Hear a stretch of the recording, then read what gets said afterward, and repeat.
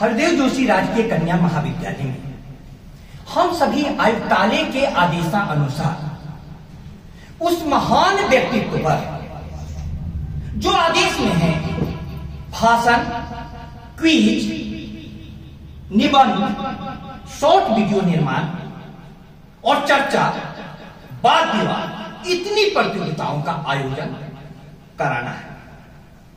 लेकिन हमारे पास जो परिस्थिति और मना स्थिति दिखाई दे रही है उसमें यह बहुत ही असंभव सा काम लगता है।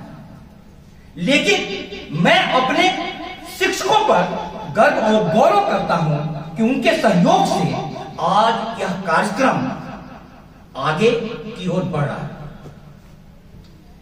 सबसे बड़ा प्रश्न यह उठता है कि आज हम किस जमाने में जी रहे हैं। अश्लीलता का प्रसार ही नहीं, अश्लीलता का हमला आज के टीवी सारे चैनलों पर सबसे प्रमुख खबर है। महाकुंभ जैसे पवित्र स्थान पर स्नान करती हुई महिलाओं के वीडियो बनाकर कुछ लोगों ने सब जगह इंटरनेट पर परोसा और लाखों रुपए कमा गए। इसके अलावा राजस्थान के विजयनगर में 5 स्कूल जाती हुई लड़कियों के नाम अभी तक आए हैं। कुछ लड़के मिलकर के बहुत दिनों से उन्होंने मोबाइल दे दिया, उनका देश शोषण कर रहे थे और उनके धर्म परिवर्तन की भी कोशिश कर रहे थे। इस अश्लीलता के हमले के बीच में समाज, राष्ट्र यह जानना चाहता है कि समाधान क्या है। मैं कहना चाहता हूं उसका समाधान है अश्लीलता का अहिल्याबाई जैसी महिला को दिलो दिमाग में बिठाया जाए। मैं कभी भी नहीं चाहता कि उन कांटों को गिना जाए जो कि चारों तरफ से आपको छेदने के लिए अड़े हुए हैं। मैं तो चाहता हूं कि उसे फूल की गणना की जाए जो उन कांटों के बावजूद भी उसके ऊपर खिलकर अपना सुगंध फैलाता है और पूरे चमन को सुवासित कर देता है। मेरे प्यारे विद्यार्थियों, हमारे कॉलेज की पत्रिका का नाम है चेतना। यह चेतना स्त्री में, पुरुष में, सभी जीवों में। महावीर स्वामी तो यहां तक कहते हैं कि पत्थर तक में यह चेतना विद्यमान है, सब में विद्यमान है। अब इस चेतना में जो कि परमात्मा यहां से अवतरित होती है, यह आत्मा हर मां बाप के मिलन से सिर्फ तन का निर्माण की एक परिस्थिति बनती है, आत्मा तो उसमें ऊपर से आकर प्रवेश कर जाती है। अब उस चेतना में से एक चेतना अहिल्याबाई निकल जाती है और दूसरी चेतना इस प्रकार के अश्लीलता के प्रचार प्रसार में संलग्न हो जाती है। आखिर क्या बात है, सोचो। 26 तारीख को महाशिवरात्रि है और भगवान शिव का नाम लेते ही हमारी पूरी संस्कृति के एक अद्भुत प्रतीक का हमें ज्ञान है। भगवान शिव सबसे अनूठे थे और उनका नाम मैं इसलिए ले रहा हूं कि एक तो महाशिवरात्रि है, दूसरी जब भी अहिल्याबाई की चर्चा होगी तो उनके प्रेरणा स्रोत, उनके शक्ति के पुंज महाशिव थे। उनके बिना कैसे हो सकते हैं? आप कहां से संबंधित हो जीवन में महत्वपूर्ण है। जब निगाहों में सिमट जाते अंधेरे, जिंदगी बिखरे समय के खाक थपेड़े, कौन धुंधलाई हुई परछाई में जिंदगी के कण तमाम समेट लेता। जब तुम्हारी निगाहों में अंधेरे घिरेंगे, जब निगाहों में सिमट जाते अंधेरे, जिंदगी बिखरे समय के खाक थपेड़े, समय ऐसे चोट करता है कि जिंदगी बिखर जाती है। पहले उनके पति चल बसे कुम्हेर के युद्ध में, उसके बाद उनके ससुर वो भी चल बसे। और आपको जान करके आश्चर्य होगा, कुछ वर्षों के बाद उनका पुत्र भी चल बसा। और भी आप आश्चर्य कीजिएगा कि उनकी बेटी थी मुक्ता राव, उसने भी सती प्रथा कबूल कर लिया। आप देखो, हम तो जानते ही नहीं। सती प्रथा कबूल करने का मन तो अहिल्याबाई जी ने भी बनाया था। कुम्हेर के युद्ध में जब उनके पति, उस समय सती प्रथा का जमाना था। आप ऐसे समय में एक महिला, तो ससुर ने समझाया कि बेटा तुम ही मेरे सब कुछ हो, यदि तुम भी सती प्रथा कर लोगी तो फिर इस राजकाज को कौन संभालेगा, इस प्रजा को कौन देखेगा।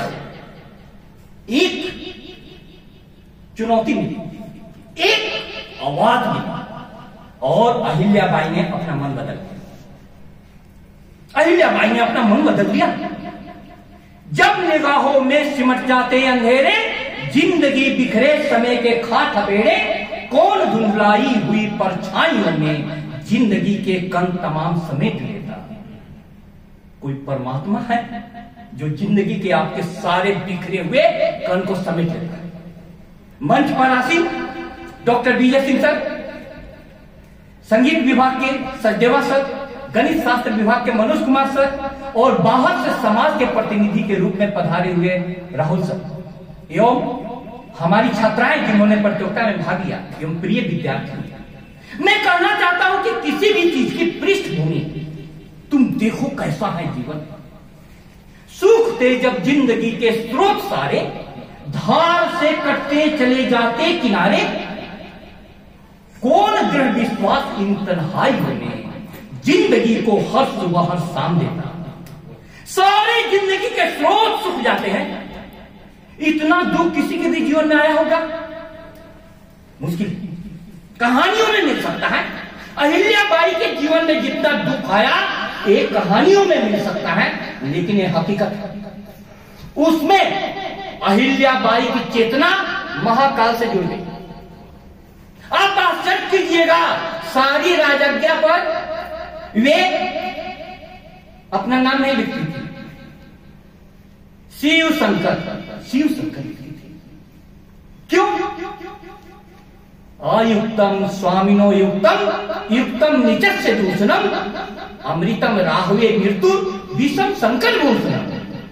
शंकर की खूबी है कि बीच भी उनके लिए ऊंचाइयां देने वाला हो। बीज पीने के लिए कोई तैयार नहीं था। शंकर ने आया और इस कला से किया कि वे देव से महादेव। जो संस्कृत में मैंने कहा आप तक बात नहीं पहुंची, उसको एक शेर में आप तक पहुंचाने की कोशिश करूं। बढ़ती चली गई उम्र, हर एक घूंट पर पिया है हमने बीस भी इतना कमाल से। आप कमाल तो जानिए, पिया है हमने बीस भी इतना कमाल से। प्यारे विद्यार्थी, कहना चाहता हूं कि जिंदगी में बहुत विपत्तियां आती हैं, बहुत असफलताएं आती हैं, बहुत प्रतिकूल परिस्थितियां आती हैं, लेकिन आप एक किसी परम शक्ति से जुड़ जाइए, आपको दूसरी अहिल्याबाई की आत्मा पैदा हो जाएगी, चेतना पैदा हो जाएगी। आज भारत को जरूरत है इस प्रकार के व्यक्तित्वों की, और उससे भी जरूरत है कि हमारी नई पीढ़ी तक के व्यक्तित्व पहुंचे। लेकिन कैसे पहुंचेंगे? सचदेवा सर ने कहा कि मैं आश्चर्य करता हूं कि दुबे सर विद्यार्थियों को घेरते रहते हैं, फिर भी विद्यार्थी नहीं आते हैं, फिर भी प्रयास नहीं छोड़ते हैं। सर इसलिए घेरता रहता हूं कि इनको मालूम नहीं है कि अमृत किसको कहते हैं।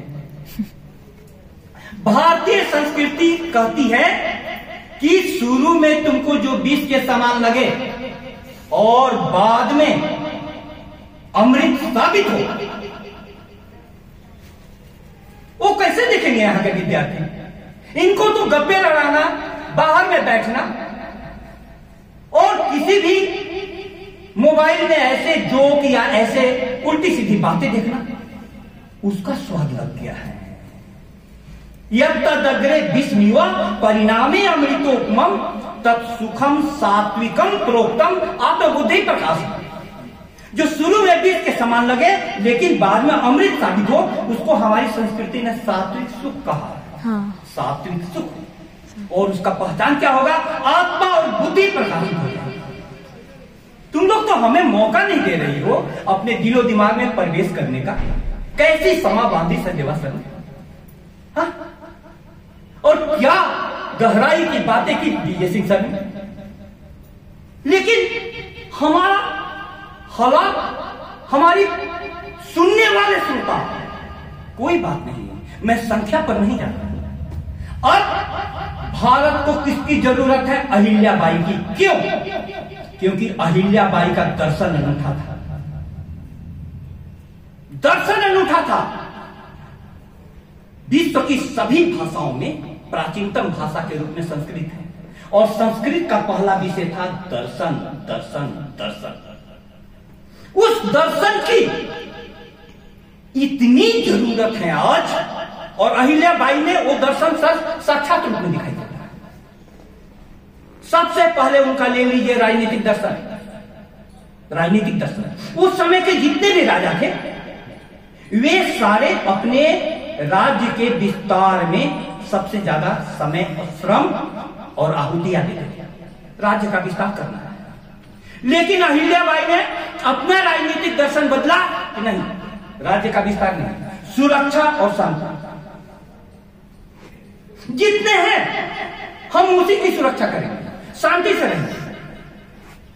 यूं ही साहित्यिक और सांस्कृतिक उपलब्धियां नहीं हासिल होती हैं। युद्ध में कहां से होगी? लेकिन उन्होंने पहला राजनीतिक दर्शन बोला, विस्तार नहीं, विस्तार नहीं, सुरक्षा और शांति। और दूसरा, हर प्रकार का सामाजिक दर्शन। देखो, जिस समय में सती प्रथा थी उस समय में उन्होंने अपने राज्य की शक्ति बढ़ाने के लिए स्त्री सेना बनाई। अब देखो, स्त्री सेना बनाने, लड़कियां बाहर में नहीं निकलती थी और उनको उन्होंने लड़ने के लिए तैयार कर दिया राज्य के लिए। सामाजिक दर्शन, सामाजिक दर्शन। धार्मिक दर्शन देखो, एक दर्शन देखो। धार्मिक दर्शन ऐसा था कि शिव की परम भक्त वह महिला सर्वधर्म संभाव में विश्वास रखती थी। आज भारत के लिए धर्म सबसे बड़ी चुनौती बन गया है। क्यों बन गया है? वो हिंदू है, ये मुसलमान, ये मसीही, वो यहूद। इस पर एक पाबंदियां और उस पर एक कयूर। शेखों पंडित ने क्या अहमद बनाया है हमें, छोटे छोटे तंग खानों में बिठाया है। जिनको राह दिखाना था वे हमें छोटे छोटे तंग खाने में बिठा देते हैं। लेकिन उनका धार्मिक दर्शन क्या था? शिव शंकर की परम भक्त ने सभी जगह, विजय सिंह सर ने कहा, राज्य के बाहर काशी में उन्होंने बनारस में काशी मंदिर का निर्माण, सोमनाथ मंदिर का, रामेश्वरम में। सोचो किस प्रकार की दृष्टि होगी। एक मंदिर बनाने का मतलब क्या होता है मेरे प्यारे विद्यार्थियों, इसको समझो। उस समय मंदिर शिक्षा के प्रमुख माध्यम थे। आज हमारे लिए शिक्षालय सुनने पड़ते जा रहे हैं। आज हमारे शिक्षालय में प्रतियोगिता कराने के लिए विद्यार्थियों के पीछे टीचर को दौड़ना पड़ रहा है और विद्यार्थी सामने से निकल जा रहे हैं। 27 वर्षों के बाद यह दिन देख करके मुझे रोने को मन करता है। लेकिन आंसू इतने आसान नहीं है जो इन बातों पर निकल जाए। मैं जान रहा हूं कि दिक्कत क्या हो रही है। तुम लोग श्रेय और प्रेय के अंतर को नहीं समझ पा रहे। श्रेय और प्रेय दो शब्द है भारतीय संस्कृति का। कठोपनिषद में एक मंत्र आया है, श्रेयश्च प्रेयश्च मनुष्यमेतस् तो संपरित्या विविनक्ति धीरा श्रेयो ही धीरो अभिप्रेषो गृणात् प्रेयो मंदो योग क्षमा दृढ़ते। अर्थ तो कुछ समझ में नहीं आया, सरल भाषा में समझा देता हूं। हर के सामने में श्रेय और प्रेय दोनों आते हैं, लेकिन जो विवेकवान होते हैं वे प्रेय को, प्रिय लगने वाली चीजों को छोड़ देते हैं, श्रेय को पकड़ लेते हैं। तुम्हें प्रेय लगता है फालतू गपशप करना, श्रेय की भावना आएगी तो तुम श्लोक, संगीत और गहरी बातें पढ़ोगे। तुम्हें प्रेय लगता है किताबें, श्रेय की भावना आएगी तो तुम्हें प्रेय लगता है कपड़े, सबके पास 20-20 जोड़ी कपड़े होंगे, लेकिन श्रेय की भावना आएगी तो तुम्हारे पास किताबें हो जाएंगी। हम लोगों ने तो पूरा अपना जीवन बदल दिया, विवेक की कमी है। इसीलिए रोने का मन करता है फिर भी नहीं रोऊंगा, क्योंकि जिस दिन तुमको पता चल गया कि हमारे सामने में जिसको मैं जिंदगी समझ रहा हूं वह मुझे मौत की ओर ले जा रहा है, फिर से वही शेर बोलूं, तुम जिसे जिंदगी समझते हो वह तेरी मौत का बहाना है। बेवफाई तो उसने की है मगर बात यह दुनिया से छुपा है। बेवफाई कौन कर रहा है? तुम अपनी जिंदगी के साथ स्वयं कर। अब अहिल्याबाई का न्यायिक दर्शन देखिए, न्याय का दर्शन। उन्होंने अपने राज्य के सबसे ताकतवर मंत्री के बेटे को किसी मामले में सजा सुनाई। मंत्री आया कि मैं तो आपका सबसे नजदीक का हूं, बेटे ने गलती की है, इतनी बड़ी सजा तो मत दीजिए।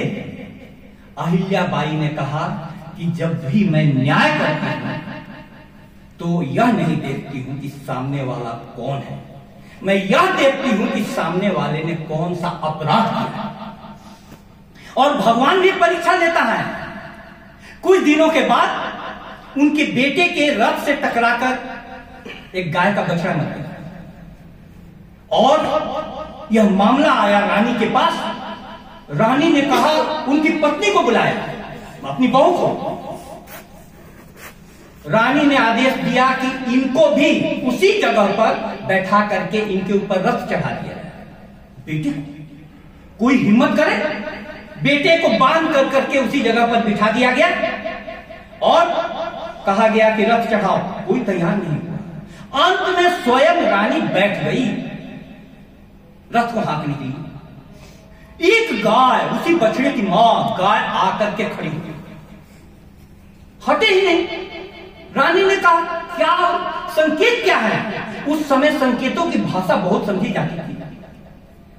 विद्वानों ने कहा कि महारानी, यह गाय कहना चाह रही है कि जो कुछ हुआ हमारे बेटे के साथ, इस बेटे के साथ तो ये मत करो, इसलिए आदेश नहीं दे रही है। उस बाजार का नाम आज भी है आड़ा बाजार, गाय। लेकिन रानी का देखो, रानी, मैं कह रहा हूं कि देखो, हमारे ही बीच से एक चेतना है पत्रिका का नाम, मैं बार बार इस पर जोर देता हूं। हमारे ही बीच से एक चेतना पैदा होती है और आकाश की ऊंचाइयां चुन लेती है, और हमारे ही बीच में ऐसी चेतनाओं का जन्म होता है जो भारत का नाम मिट्टी में मिला देना चाहते हैं। अश्लीलता, चारों तरफ अश्लीलता। उस अश्लीलता का कारण क्या है? उस अश्लीलता का कारण है कि हर चीज को बाजार की वस्तु बना दिया गया। हमारी संस्कृति श्रेय पर ध्यान देती थी, प्रेय पर नहीं। इसीलिए भगवान शंकर के नाम के साथ क्या जुड़ा हुआ है? सत्यम शिवम सुंदरम। सत्य, जीवन के सच्चाई को पकड़ो कि जीवन में सुख और दुख दोनों है, सफलता और असफलता दोनों है, हर्ष और शोक दोनों है, सब कुछ है। लेकिन दोनों है, हम जिसको खाद पानी देंगे वो बढ़ेगा। तुम्हारे व्यक्तित्व में क्रोध है, क्रोध को हम लोग खाद पानी देते रहते हैं, छोटी सी बात पर पूरी तरीके से उत्तेजना से भर जाते हैं, हत्या हो जाती है। लेकिन कभी हमने करुणा को खाद पानी दिया है? अहिल्याबाई की पूरी साधना थी करुणा को खाद पानी। करुणा कैसे? जब पति मर गए, ससुर मर गए, बेटा मर गया, बेटी, उस जनता का दरबार लगा था। करुणा, करुणा। अब करुणा का दिन थी तो उनका करुणा बढ़ गया। लोक माता कहा जाता है। क्या कहा जाता है? लोक माता, देवी अहिल्याबाई। हम लोगों के हृदय में भगवान ने घृणा का भाव दिए हैं, हम लोग सब जगह उसको फैलाते चलते हैं। सबसे घृणा, प्रेम का भी भाव उसी परमात्मा ने दिया है। प्रेम के भाव को बढ़ाते हैं। प्रेम का भाव कैसे बढ़ेगा? अहिल्याबाई, अहिल्याबाई को देखिए, सती प्रथा जैसे उस समय के प्रचलित रीति रिवाज को उनकी बेटी मुक्ताबाई नहीं तोड़ पाई। मुक्ताबाई ने कहा कि मम्मी मेरे को जिद मत करो, मेरा डिसीजन है, मैं तो सती होंगी। अगली पीढ़ी ने सती कर लिया, लेकिन अहिल्याबाई को जे ही उनके ससुर ने कहा कि बेटा तुम भी, मेरा बेटा तो चला गया, तुम भी बहू चली जाओगी, इस राज्य को कौन देखेगा, इस प्रजा को कौन देखेगा? इस प्रेम के भाव ने उन्हें खींच लिया। इसलिए प्यारे विद्यार्थियों, एक व्यक्तित्व पर चर्चा, एक व्यक्तित्व पर चर्चा तुम्हारे जीवन को आमूलचूल रूप से बदल देगी। आज जरूरत है भारत को दर्शन की। भारत का दर्शन गड़बड़ा गया है। भारत प्रदर्शन का देश हो गया है। प्रदर्शन का देश का मतलब मैं क्या कहना चाह रहा हूं? 60 करोड़ लोगों ने महाकुंभ में डुबकी लगाई। यह आस्था की डुबकी है। इतने लोग खींचे चले आते हैं। देखो, कल मेरे को पता चला, हमारी भगनी का सर फोन आया। मैंने कहा कि तू कैसी है? ठीक है? हाँ, थोड़ा बीमार पड़। कैसे बीमार पड़ गई? महाकुंभ में स्नान करने गई। 56 घंटा गाड़ी से पूरा परिवार जाकर के स्नान करने आया। करके आया 56 घंटा। और एक कप रोटी, वो बता रही थी कि सब कुछ मांगा, घर से बना करके ले गए थे, लेकिन मुझको चिंता हुई। वो बोले कि मामा आप नहीं गए। हम बोले कि मेरा थोड़ा मस्तिष्क अभी ज्यादा सक्रिय है, हृदय पर मैं लगाम लगाए हुए हूं। लेकिन भारत की नस्ल की बात मैं करता हूं। भारत को धर्म के आधार पर बहुत बड़े काम के लिए तैयार किया जा सकता है। धर्म के आधार पर आस्था की डुबकी लगाने सभी कोई आ रहे हैं। इसी प्रकार का काम अहिल्याबाई ने 18वीं सदी में, 1725 से 1795 का उनका समय है। उनका समय महत्वपूर्ण नहीं है। देखो, उन्होंने महाशिव के रास्ते जगत का इतना कल्याण किया। मंदिरों को उन्होंने दान दिया तो मस्जिदों को भी दान दिया। उस एक चेतना ऐसी पैदा होती है।